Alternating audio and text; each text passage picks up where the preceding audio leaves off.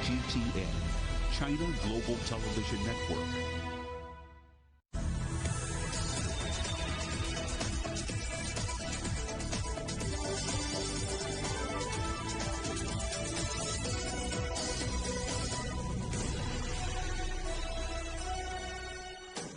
Live from London, this is Global Business. Hello and welcome to the programme. I'm Norwegia Barkill. And I'm Robin Dwyer. Our top stories. New Prime Minister Liz Truss vows to get Britain moving as she defends her economic plan in Parliament. The EU plans a price cap on Russian gas to tackle soaring energy prices. US tech firms given federal funding will be banned from operating in China as the White House looks to maximise homegrown chip production. And bacteria to the rescue. How one of the world's smallest life forms could save the world's biggest breed.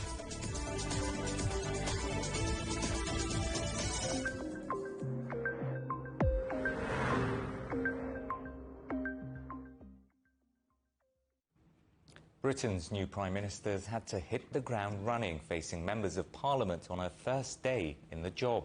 During Prime Minister's questions, Liz Truss was challenged on her pledge to get Britain moving and had to defend her plans for the UK economy. It comes after her new cabinet held its first meeting, with the government expected to announce plans to freeze energy bills on Thursday. Well, our correspondent Catherine Drew is outside the UK Parliament in Westminster. Catherine, what can you tell us about who the Prime Minister chose for her top team and her first Prime Minister's questions? Yes, a big first day for Liz Truss on her first full day in office, starting with that meeting of the cabinet that she had just had to appoint within a few hours, basically, of accepting the role of Prime Minister. And as we saw, very diverse cabinet, full of her allies and trusted aides, people who had come out early for her. There was a purge. People are calling it a purge of Rishi Sunak's supporters. That was her rival candidate in the race for the Conservative Party leadership. A quick word about the cabinet. They are relatively young. Nobody is over 60. That's being noted. Very diverse, as I say. In those top 4 jobs, there's not a white male in sight, which has been the traditional profile of the Conservative MPs. And they're also right-leaning in the party. Of course, they lined up as Liz Truss took her place for PMQs, lined up by her side to lend their support. And what must have been something of a nerve-wracking encounter, her first time at the dispatch box. There she confirmed there was an awful lot of talk about energy supplies and pricing and fixing energy supplies, fixing the price of energy for households and businesses. There she confirmed that there would be no windfall tax for energy companies. She said that would deter investment. She had quite a feisty exchange with the Labour leader, Sir Keir Starmer, who accused her of forcing working families to pay for this freeze on energy prices. Let's have a listen to their exchange. There is nothing new about the Tory fantasy of trickle-down economics. Nothing new about this Tory Prime Minister who nodded through every single decision that got us into this mess and now says how terrible it is. And can't she see there's nothing new about a Tory Prime Minister who, when asked who pays, says it's you, the working people of Britain. Well, there's nothing new about a Labour leader who is calling for more tax rises. And Catherine, when it comes to actual policy announcements, her first one expected to be on freezing energy bills. What are we expecting? That's right. All eyes will be back with the Prime Minister tomorrow when she makes that announcement. And it's not quite clear what we understand that she will be enacting a freeze on energy payments. Now, this is actually a Labour policy, and we are anticipating that household bills will go round to something like $2,800. Now, this is below this is above the current levels, but below how prices had been expected to rise in October. A lot of questions, though, in the House of Commons this afternoon about businesses. We haven't heard anything about that, and we're getting various estimates on how much this package could run to. We're getting estimates of between 110 and 220 billion So we'll have to see the details tomorrow. Should just say, though, that Bank of England Governor Andrew Bailey was also being questioned at MPs roughly at the same time this morning, and he was talking about how the UK is almost certain to fall into recession. Obviously, this could lead to the prospect of increased interest rates, all tied up. So Liz Truss has an awful lot of challenges on her plate, but we'll hear about that first big policy on Thursday. Catherine, thank you very much. That's our correspondent, Catherine Drew, in Westminster. Vicky Price is the Chief Economic Advisor at the Centre for Economics and Business Research. I asked her what she thought of the new Prime Minister's plans for the UK economy. I think the most important issue to deal with is the energy crisis, and there's already been a very strong indication that something will be done in that area by reducing the cost to consumers in particular, but also businesses, maybe through a freeze of the electricity price cap. That would be, of course, very welcome, both to households and to firms, which have had these very, very substantial increases in prices to deal with. And, of course, that has led to a drop in consumer confidence and a drop in business confidence as well. Then, of course, we've got indeed the Trussonomics issue, which has to do with tax declines. It's interesting, really, because the UK was one of the few countries just recently raising taxes rather than lowering them, whereas the rest of Europe was going the other direction, trying to assist the economy and ensure that it carried on growing. We raised taxes because we needed to spend more on national health, but also as a way of getting finances back into some sort of order. Well, that may well now be reversed because Liz Truss, as new Prime Minister, doesn't like what was done, even though, of course, she was in the cabinet before.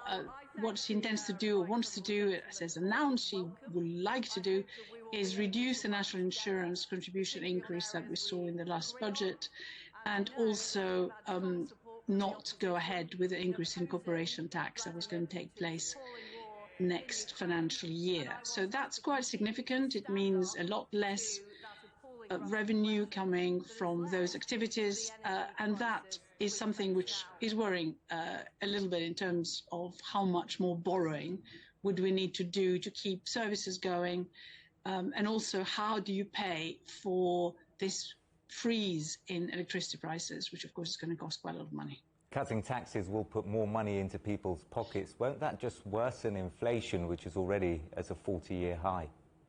Possibly, but of course it depends what people do with it. The reality is that it's people at the lower end of the pay scale who spend most of their income, if you like, or whatever it is that they receive, possibly with benefits, on consumption generally, and particularly, of course, on the most important items, which are energy and food. And those prices have been determined very much in the international global market, and spending or being able to at least afford those items isn't necessarily going to lead to any increase in inflation.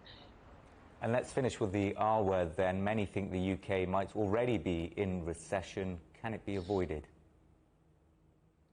It's probably unlikely that will be avoided. We're seeing what's happening in the continent as well. I mean, remember the UK, despite having left the EU, is still dependent to a considerable extent on trade with Europe. Europe is slowing down, and there are serious concerns about what will happen to gas supplies in the winter, and that will affect the UK as well. There is no doubt about that. Now, reversing the sort of drop that has been forecast will depend hugely on what happens elsewhere. What we're seeing right now is that although services remain reasonably okay, manufacturing is in decline, and if we see that extended, that manufacturing decline in other parts of Europe, because they have to maybe ration supplies of energy, possibly, or reducing already some of the activity there, that will in many ways heighten some of the concerns we already have on supply chains, and it will make life much more difficult for the manufacturing sector anyway. So I think a slowdown is definitely on the cards, and a recession is probably still forecast by most economists. The EU is proposing a price cap on Russian gas as part of measures to tackle soaring energy costs. European Commission President Ursula von der Leyen says the bloc will also seek to cap revenues of non-gas power stations and impose mandatory cuts in electricity use. Not all member states are in agreement on the plans, which will be discussed by energy ministers on Friday. Well, let's talk now to our correspondent, Alex Cadier, who's in Brussels. So, Alex, it looks like the EU's planning to follow the G7's lead in looking at a price cap. Yeah, you're absolutely right. Ursula von der Leyen, in her speech this morning, in her statement this morning, saying times are tough, especially for vulnerable households in businesses, but we shall overcome with our European strength, unity and solidarity. Now, as she was announcing immediate measures, as it was described, 5 measures to tackle the energy crisis and curtail the amount of money that the bloc sends to Russia, and therefore curtailing Russia's ability to finance its invasion of Ukraine. So also move away from the European reliance on Russian fossil fuel. So the most significant proposal announced today is one of capping prices for Russian gas, capping the price at which European countries can buy Russian gas. And President von der Leyen explained the motivation behind that move. We aim at lowering the costs of gas. And therefore, we will propose a price cap on Russian gas. Of course, the objective is here very clear. We all know that our sanctions are deeply grinding into the Russian economy with a heavy negative impact. But Putin is partially buffering through fossil fuel revenues. So here the objective is we must cut Russia's revenues, which Putin uses to finance his atrocious war in Ukraine. Now, Moscow already said it would stop selling gas to the European Union and to Europe if the price cap was put in place. So we're now looking at a serious game of brinksmanship between both Moscow and Brussels. The other measures suggested by the European Commission today, a mandatory target for reducing electricity at peak hours, a cap on revenues of companies that are using non-gas sources of energy, so like wind and solar, where their production costs are lower, so their prices should be lower as well. A solidarity contribution, definitely not calling it a tax, but it looks a little bit like a tax, for fossil fuel companies that are seeing record profits. To redistribute those profits among European member states, and help for companies that are struggling with volatile markets, giving them liquidity support, so cash support when they need it to be able to buy in the market. To give you a sense of the scale of how far Europe has come on this particular issue, 40% of the EU's gas imported before the invasion of Ukraine in February, 40% came from Russia. That number today, 9%. Norway sends more gas to the European Union than Russia does now. Perhaps unsurprisingly, one of the first phone calls that Ursula von der Leyen made to after her announcement was to the Norwegian Prime Minister to make sure that you bolster that support as well. So today, the EU standing firm against Russia, against Vladimir Putin, and a very serious landmark for the European Union and its energy policy. So, Alex, how likely is it that all European member states will come to an agreement on these proposals? Well, it's likely that they'll come to an agreement on something. Now, we know that there's some pushback and some skepticism from Germany on the price cap. The economy, a spokesperson for their economy ministry saying that they are skeptical. They're worried that a price cap would lead Russia to having a full cut-off of gas, which would punish Eastern European countries like Slovakia and the Czech Republic. So that's Germany's concern there. But there's certainly a united front in Europe to do something rather quickly. So the German opposition is significant, but other major players like France are also supportive of the price cap. So the energy ministers' meeting on Friday will be a time to hash these differences out before the Commission tables the proposals formally on Tuesday for member states to decide whether or not they want to put these measures forward. So unsure about whether or not the cap will still be there.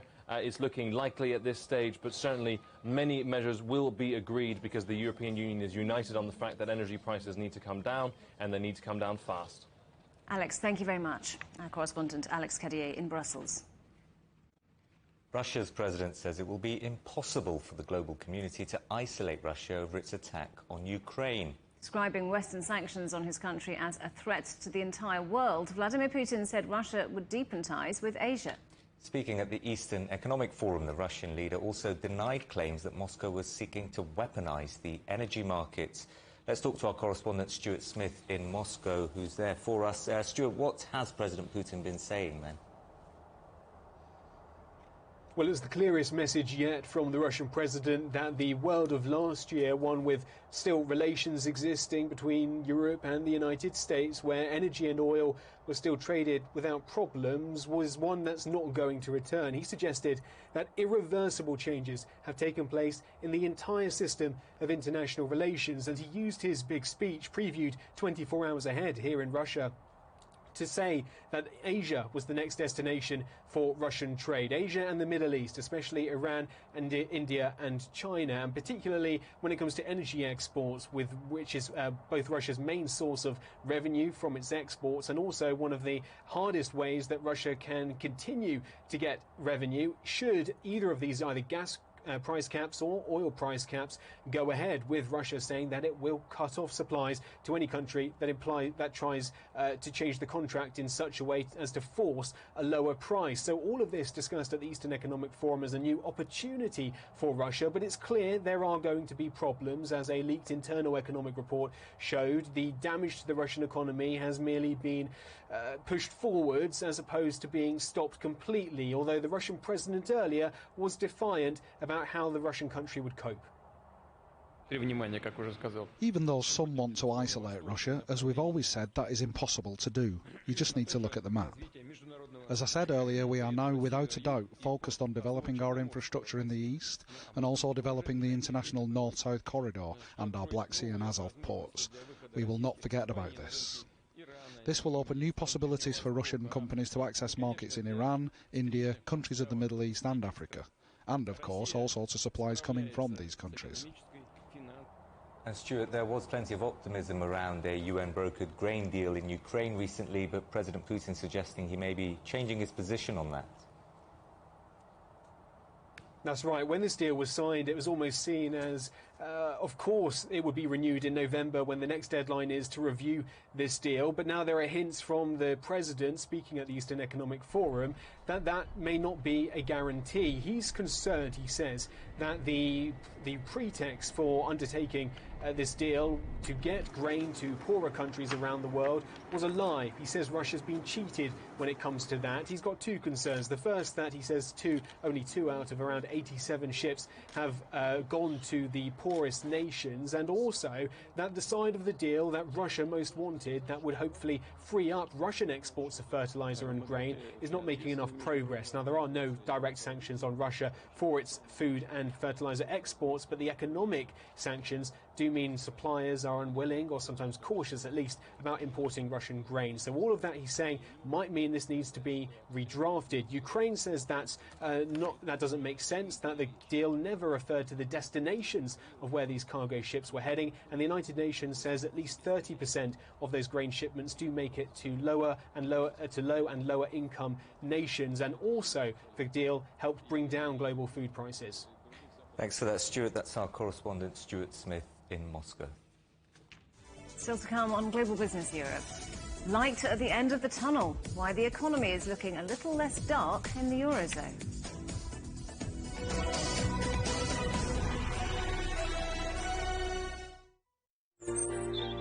Ever wondered what's the difference between a bear and a bull market?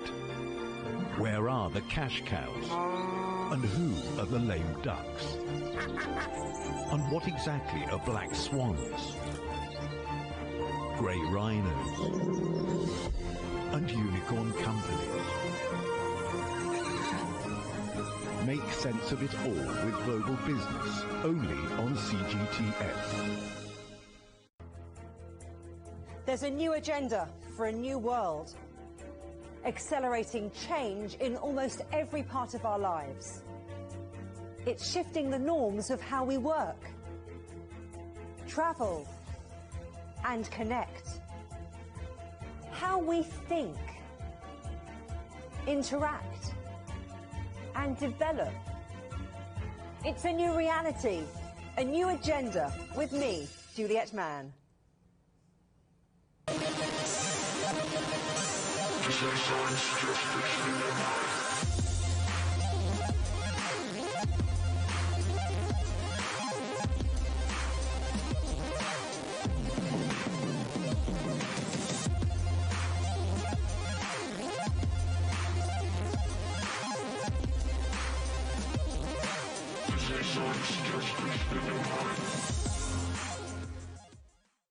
Soaring energy prices, surging inflation, strained supply chains. As costs spiral and goods run short, people are feeling the heat. Join us for a special new series, Crunch Time, starting August the 1st, here on CGTN.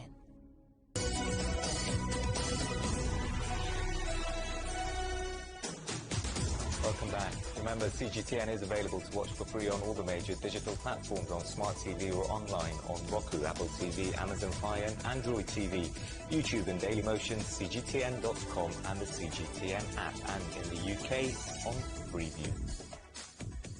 US tech companies that receive federal funding will be barred from developing leading-edge technology facilities in China for 10 years. The US Department of Commerce has unveiled a $50 billion investment plan aimed at boosting domestic chip production. It comes amid a global shortage of semiconductor chips. Well, let's talk to our correspondent John Terrett in New York. So, John, what can you tell us about this 10-year ban? Well, it was announced today. It is indeed a 10-year ban on all American high-tech companies from helping China in any way with high-tech activities, particularly regarding semiconductors. So it's a 10-year ban, and the idea is really to stop China getting hold of American know-how and American knowledge. And there are about 300, just under 300 semiconductor factories in China. And I was looking today, there's an extraordinary number, thousands and thousands of applications in to try and build new ones or new facilities related to the semiconductor industry. China leads it at the moment in terms of actually knocking these things out. It's ahead of the ROK, Singapore, Malaysia, and the USA comes in at number 5. And it's all part of the Chips and Science Act, which we mentioned on yesterday's program. Now, just in the briefest terms, the Chips and Science Act at one point was known as the Chips Plus Act.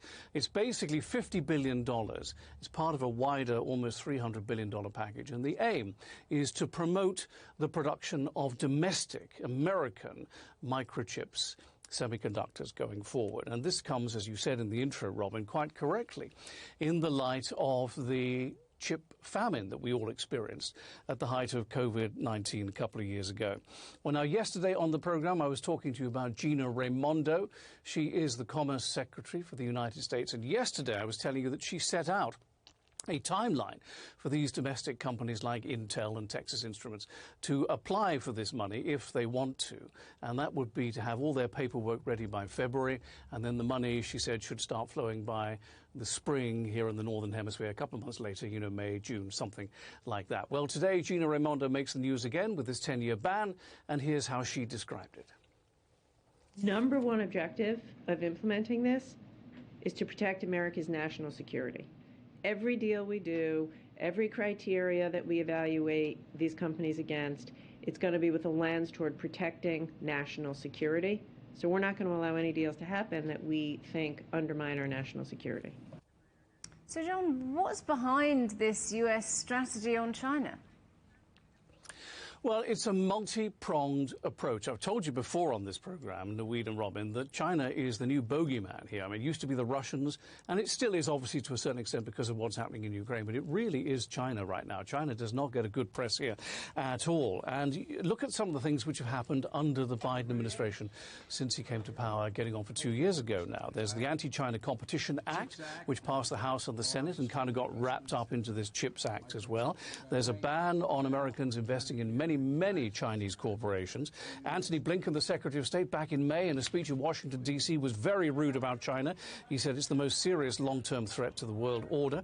There's the delisting threat here at the New York Stock Exchange and at the NASDAQ. And what's odd about this, it's less than 2 weeks now since the U.S. and Beijing signed a deal allowing American auditors to go to Beijing and audit the Chinese companies that trade here in New York. And Gary Gensler, who's the head of the leading regulator, was cock-a-hoop about it, saying that he's got a great relationship with the Ministry of Finance in Beijing and the China Securities Regulatory Commission.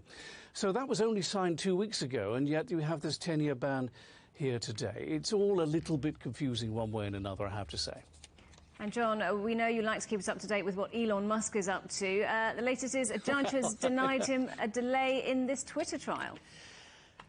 Yes, just remind our viewers, of course, Musk says, I'm going to buy Twitter for, what was it, $44 billion, $54.20 a share.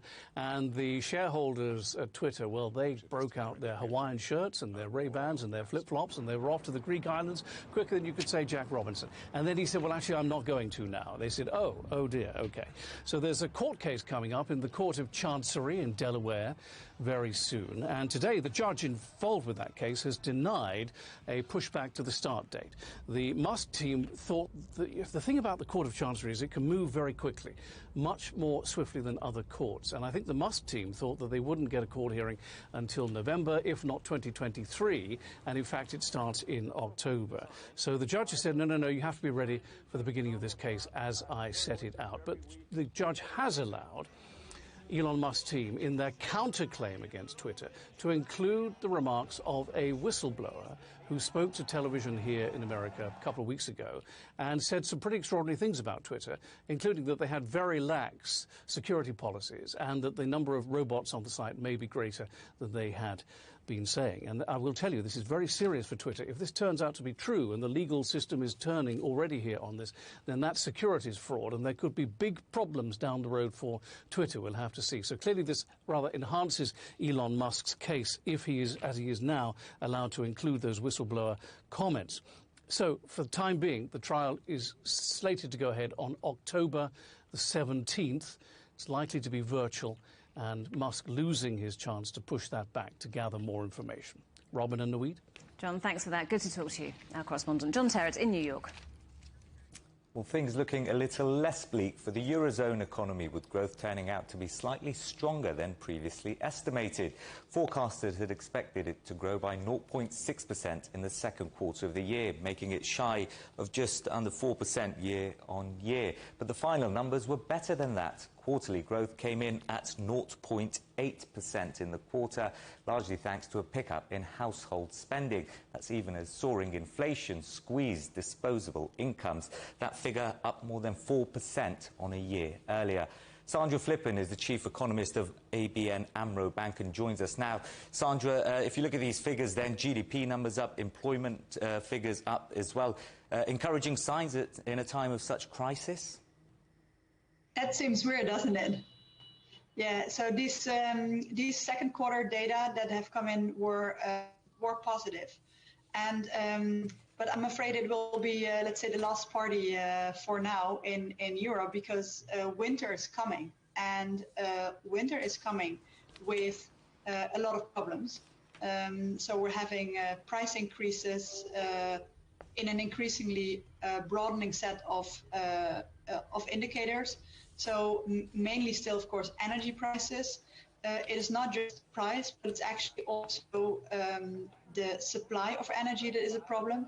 I think we sometimes forget that if we compensate consumers to pay for high prices, that they can then decide to consume the energy as before. But that is, of course, not the case. There is real shortages on top of the price, which also reflect risk premium, of course. And was it a surprise that consumer spending has held up? Why was that? Well, you mean that second quarter upside surprise? Yeah. Yeah, so that was actually mainly tourism in the second quarter.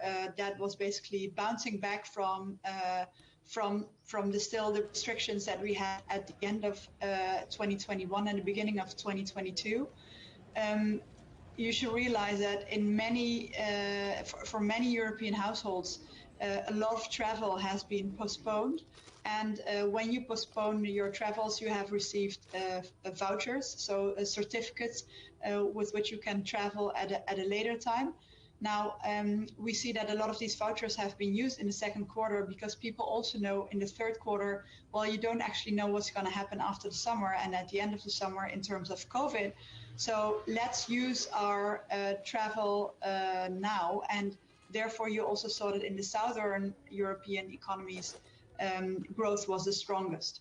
And it was interesting to see that major economies in the Eurozone, the likes of France, Germany, pretty sluggish, whereas smaller ones, the likes of the Netherlands, Romania, Czech Republic doing particularly well. How important do you think policy coordination will be moving forward? Oh, that will be very important. For the Netherlands, indeed, the second quarter data were a big surprise also to us, while we actually have granular micro data from payment transactions. So we have a lot more detailed information than the official statistics, but still this was really a surprise. I think that a lot of Dutch, speaking for the Netherlands, a lot of Dutch households actually stayed home and they are having their tourist spending in the Netherlands. And Dutch tourists are wealthy tourists, so the spending, we also saw that in open times during COVID, they spend a lot in their own country. Now, all of that is not going to help when basically the energy prices are going to trickle down into the consumer purchasing power. So what we're probably unavoidably are going to see is one of the biggest real income falls that we've seen in decades, as energy market prices are trickling down into consumer energy bills. That is not yet the case at this point in time in an extreme sense. So sometimes, you read the headlines and you think that it's already there. It's not already there, but it's unavoidably coming. So positive figures, but perhaps trouble on the way. Sandra, thanks for your analysis. That's Sandra Flippen, Chief Economist at ABN AMRO Bank. The British pound has plunged to its lowest level against the US dollar since 1985. Sterling tumbled to just a whisker above $1.14 in London, a level not seen in 37 years. The fall comes as a new Prime Minister takes office and confronts multiple economic challenges. The value of Bitcoin fell to below $19,000 in early trading on Wednesday. That's the lowest point for the cryptocurrency since June. It comes as the dollar continues to strengthen on global markets as the Federal Reserve moves to tighten rates. The entire value of the cryptocurrency market is estimated to have fallen to below $1 trillion amid the sell-off. Chelsea Football Club has sacked manager Thomas Tuchel after their third defeat of the season. Owner Todd Boehly has placed Tuchel's coaching staff in temporary charge until a replacement is found. Brighton boss Graham Potter is meeting Boehly for talks. Romania's budget airline Blue Air has suspended all flights out of the country until September the 12th. It comes after the government blocked the airline's bank accounts over non-payment of a fine imposed for cancelling thousands of flights during the COVID pandemic. The company entered a debt restructuring agreement in 2020. Chinese computer giant Lenovo wants to be a world leader in the manufacture of servers and data hardware, and its newest production centre in Hungary could play a key role in that ambition, as our correspondent Pablo Gutierrez reports. It's one of Lenovo's largest manufacturing facilities in the world. Each day, 1,000 workstations and 4,000 servers are built and shipped from this plant in Oulu to clients all over Europe, the Middle East, and Africa. At the moment, 90% of the server volumes meant for the EMEA market are manufactured in this plant, same as 50% of the high-end workstations are built here. Building this 50,000 square meter factory at the height of the COVID-19 pandemic was not an easy feat. Hungary's government first announced the project in September of 2020. 10 months later, Lenovo had completed the construction. The biggest handbrake here obviously was COVID, but we managed to leverage our global scale, all the international talents and subject matter experts. We managed to parachute them here and deliver to our goals and on time. The Chinese tech giant's new hub employs over 1,000 full-time workers, something the company says is boosting the local economy. Among the countries in Central and Eastern Europe, competition for Chinese investment is fierce. Lenovo's $26.3 million investment in Hungary is considered one of the government's most important deals to date. Economists say that reaching out to China and strengthening economic ties has been a priority of Prime Minister Viktor Orban's government since 2010, when he introduced his Eastern opening policy. Földrajzi helyzetünk az elég jó Hungary's location in Europe is very attractive for companies who want to reach consumers across the continent. To power this new plant, the building was fitted with solar panels that produce enough electricity to power a small village, and its European location is helping the company lower its carbon footprint. Putting ourselves on the map, on the market, we significantly reduce that freight mileage. Both Lenovo and Hungary hope the Ulo site will continue to deliver. Pablo Gutierrez, CGTN, Ulo, Hungary. The biggest foreign investment yet by a Chinese firm in Hungary has been announced. CATL Technology, the world's biggest maker of electric car batteries, is to build a new $7.6 billion factory in the east of the country. It's hoped the site will produce parts for the new carbon-neutral brand of Mercedes-Benz vehicles. Well, let's talk now to Mark Oswald, who's Chief Economist and Global Strategist at ADM Investor Services. So, Mark, we heard there that Lenovo and CATL opening big plants in Hungary. Why is it so popular? Well, it's certainly about incentives, and the Hungarian government has for a long time been trying to incentivize investments from outside the EU, particularly Russia, and above all China. Understandably, it needs it to build up its infrastructure. The cattle one is obviously far more significant in many ways than the Lenovo one, just in money terms, and above all in terms of moving to renewables and making it a hub there and a big competitor to anyone in Europe.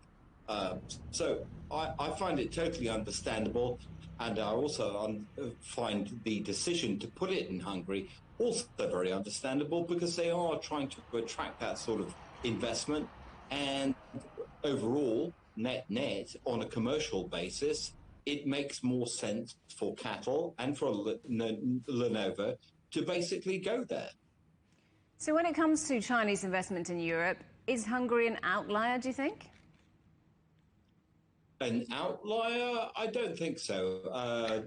The Chinese Belt and Road project has been targeting Eurasia and, above all, Central and Eastern Europe. Above all, because it's actually it's commercially of interest, because it facilitates exports to Western Europe, a big demand area. And secondly, because it's actually, relatively speaking, much more cheap to produce there, both in terms of land, in terms of labor, and in terms of logistics. Hungary is right in the middle of Europe. It's an ideal place for distribution. Why not go there? So how significant is this investment economically for Hungary? Rather less so. It's certainly going to be a boost, but it then becomes an issue of how many other companies will follow, not only from China, but from the rest of the world. And in terms of the confrontation between Hungary and the EU, one suspects it will be rather less. That doesn't necessarily mean that other companies from Asia, from Russia, won't be attracted to Hungary, but it does mean that for a lot of other people, the attractions of perhaps getting some subsidies from the EU for investment will not be as great, simply because those subsidies won't be available to companies investing in Hungary. Mark, good to talk to you as always. Thank you for joining us. That's Mark Oswald from ADM Investor Services. Still ahead here on Global Business Europe, the latest on the Zaparisia nuclear plant and why Ukraine is now considering a complete shutdown.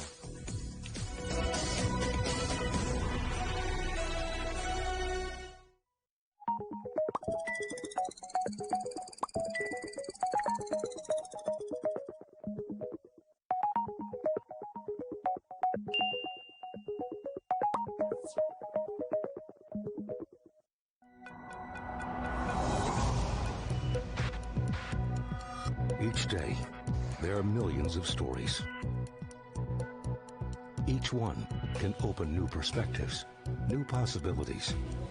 Wherever you look, We are there to see, discover, explore. We put the pieces together to find what really matters to you, all around the world, all around the clock. Our reporters are at home across the globe. From our headquarters in Beijing and production centers in Washington, Nairobi, and London, China Global Television Network. Stories from across the globe, reaching people across the globe. CGTN. See the difference.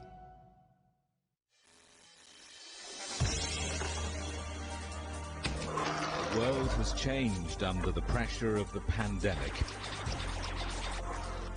For many of us, life is returning to some kind of normal.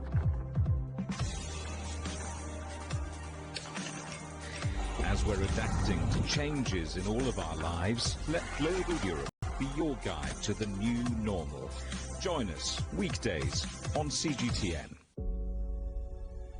Facing the unknown is always difficult. In a world in turmoil, it's easy to lose orientation.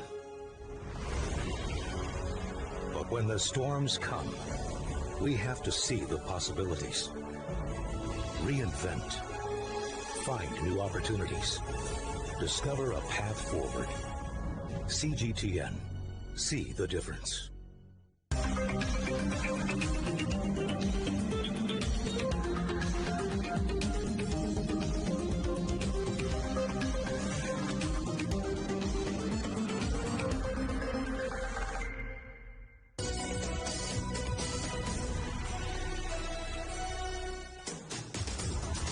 Welcome back to Global Business Europe with Robin Dwyer and Luigi Barco. The headlines again. New Prime Minister Liz Truss vows to get Britain moving as she defends her economic plan in Parliament. And the EU is planning a price cap on Russian gas to tackle soaring energy prices. Not only because Russia is Ukraine is considering a complete shutdown of the Zaparisia nuclear plant as safety fears grow at the site. It comes after the UN's nuclear watchdog released its long-awaited report into security at Europe's biggest atomic energy plant. The site has been the centre of weeks of shelling and is currently disconnected from Ukraine's national grid. Our correspondent Louise Greenwood reports. Russia's foreign minister has demanded additional explanations from the International Atomic Energy Agency over its report on the situation at the Zaparisia plant in Ukraine.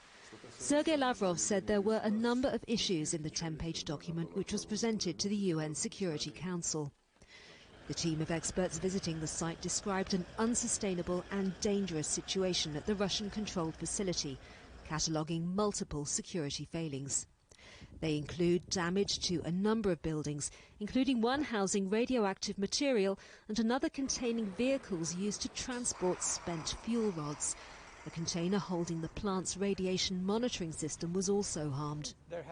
The report by the IAEA after its 5-day visit was careful not to apportion blame to either Russia or Ukraine, who accuse each other of targeted shelling around Zaporizhia. Instead, it calls for a demilitarized zone at the site and other urgent measures in order to avoid a disaster.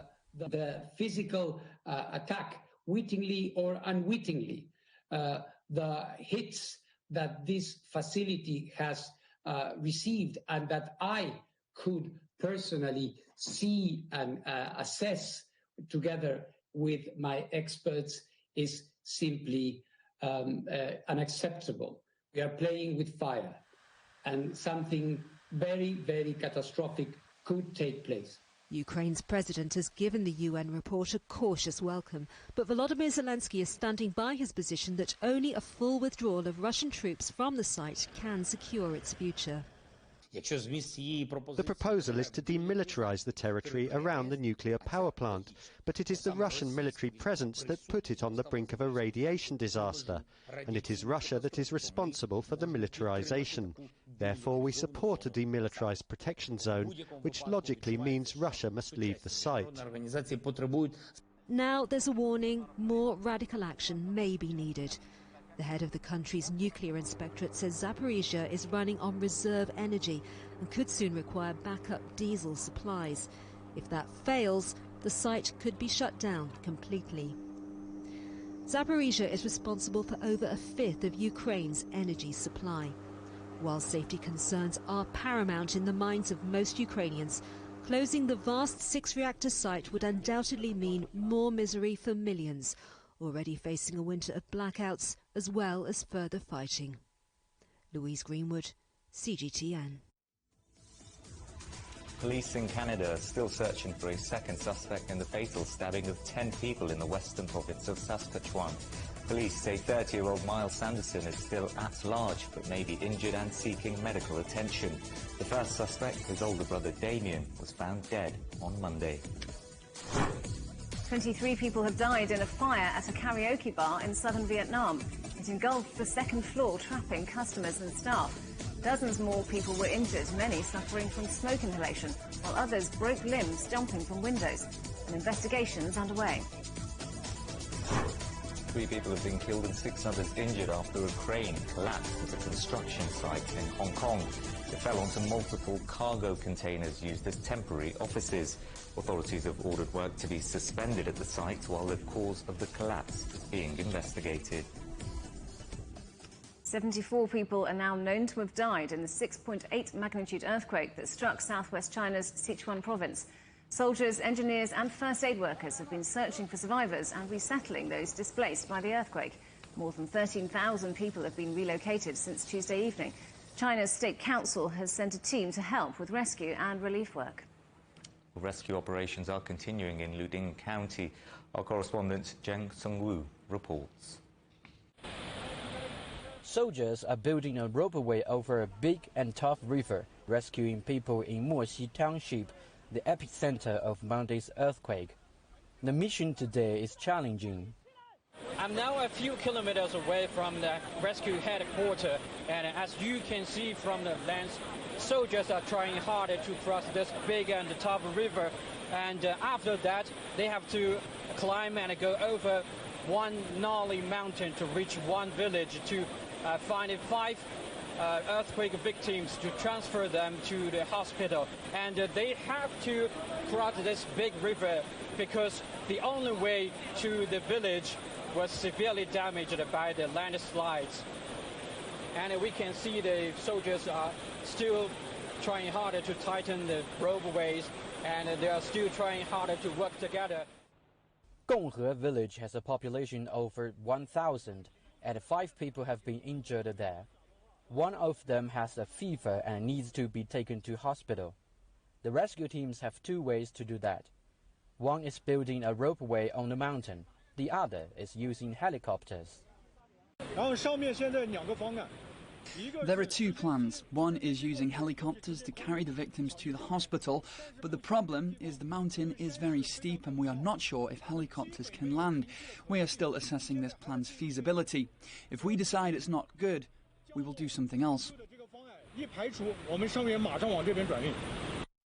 There were also young villagers trying to get into the village but were blocked by the debris. So when they climbed down, they asked the soldiers for help. I called my family and they are well and safe. Our houses collapsed. In fact, I didn't reach my home because rocks kept rolling down the mountains. The rescue team successfully spotted a good landing area, and they used 2 helicopters to carry all 5 injured people on Tuesday. The roadway they built also helped more rescuers enter the village. Zheng Songwu, CGTN, Luding, Sichuan Province. You're watching CGTN. Still to come, reef rescue helping to heal one of the world's great natural wonders.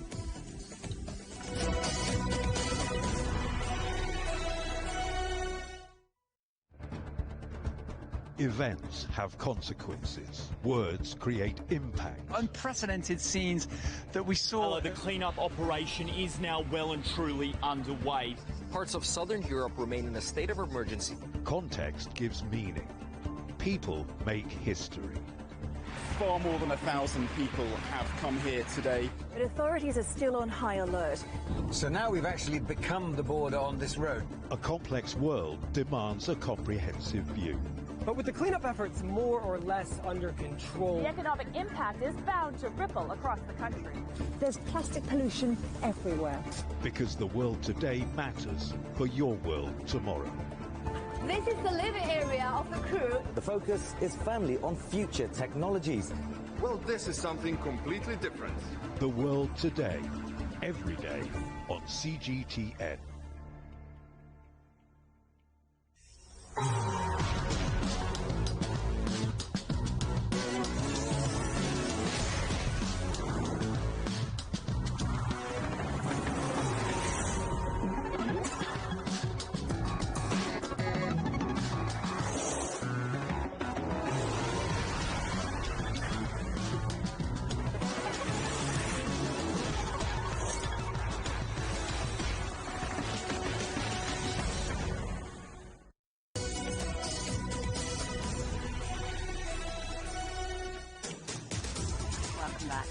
Probiotics and ceramic trays are just some of the unusual tools scientists in Australia are using to help protect the health of the Great Barrier Reef.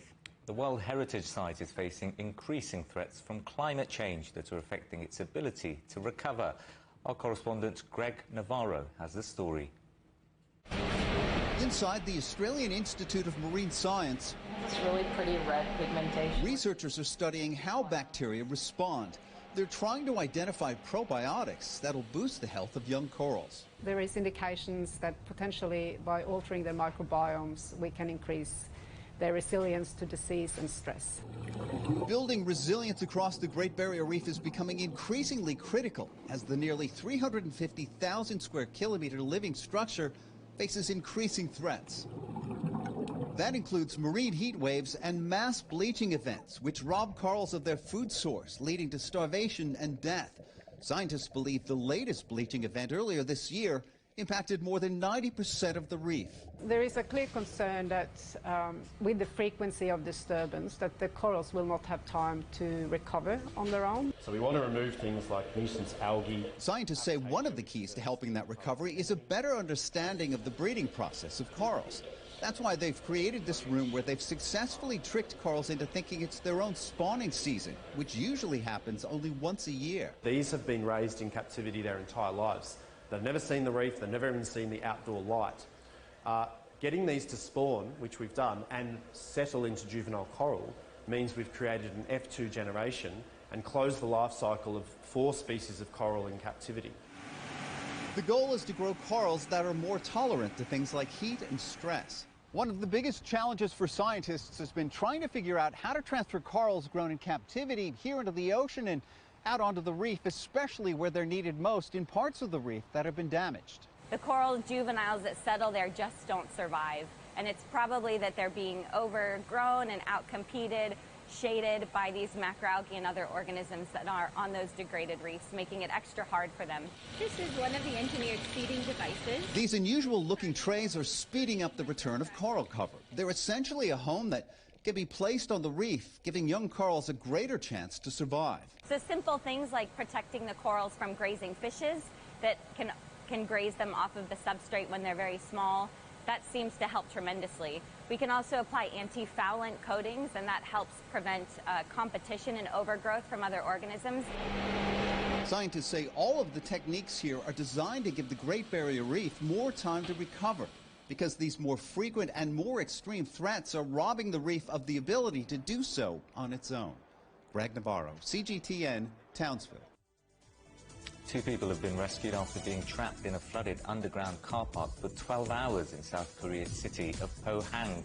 The coastal city was hit by Typhoon Hinam-no, the most powerful typhoon to hit the country in years. At least 10 people have died in the storm. Pakistan is trying to widen a breach in its biggest lake and keep the waters from overflowing amid unprecedented floods that have inundated a third of the country. As many as 33 million people have been affected, with at least 1,300 people dead in the floods caused by record monsoon rains and melting glaciers in Pakistan's northern mountains. The Prime Minister of the Solomon Islands has accused Australia of interference over its offer to help fund an election he controversially wants to delay. Manasseh Sogavare wants to defer the vote, which is due in the middle of next year, by 7 months.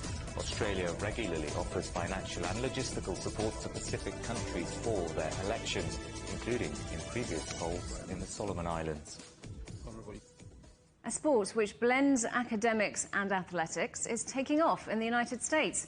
Drone soccer is being used in schools as a way to get more students into aviation, an industry that badly needs new professionals. Our correspondent Hendrik Sybrandi reports.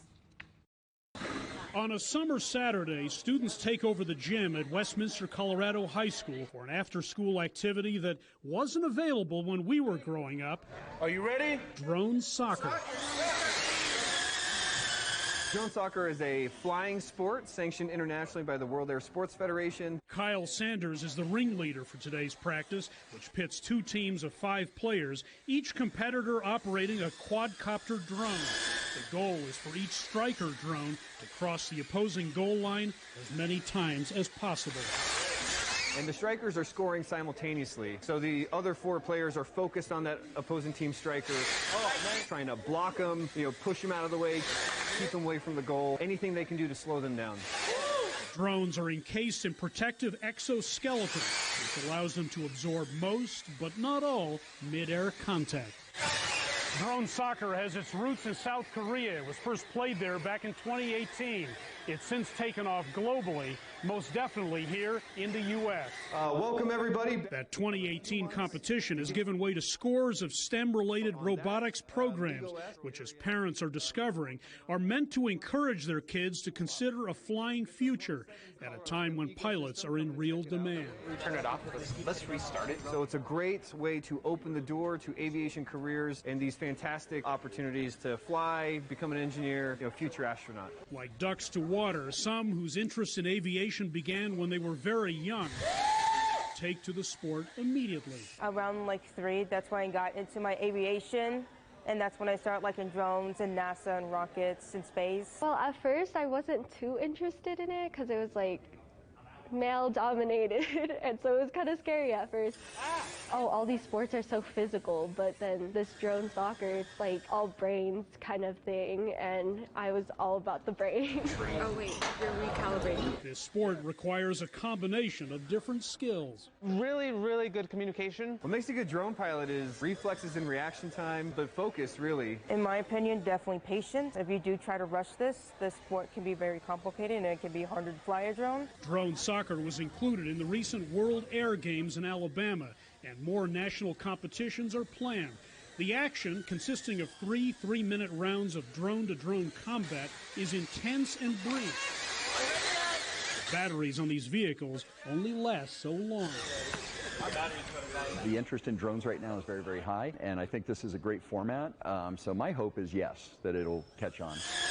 Some compare this futuristic-looking sport to a scene out of Star Wars. Its future may be now. Let's clap it up for drone soccer. Hendrik Sybrandi, CGTN, Westminster, Colorado. And finally, one resident of the Ukrainian city of Kharkiv has had his holiday abruptly ended after a 24-hour escapade. Chi-Chi, the chimpanzee, escaped from Kharkiv Zoo on Monday. There he is. He was eventually tracked down by his keepers while enjoying a solo tour of the city in the rain. After the offer of a waterproof coat to keep him warm and dry, Chi-Chi boarded the keeper's bicycle and was wheeled back home. Many of the zoo's animals were evacuated from an eco-park on the edge of Kharkiv when fighting broke out earlier this year. The headlines again. New Prime Minister Liz Truss vows to get Britain moving as she defends her economic plan in Parliament. The EU plans a price cap on Russian gas to tackle soaring energy prices. And US tech firms given federal funding are to be banned from operating in China as the White House looks to maximise homegrown chip production. And that is it for Global Business Europe. Thank you for watching. Coming up next on CGTN, it's Africa Live. We'll see you again tomorrow, same time, same place. From all the team here in London, goodbye. Goodbye.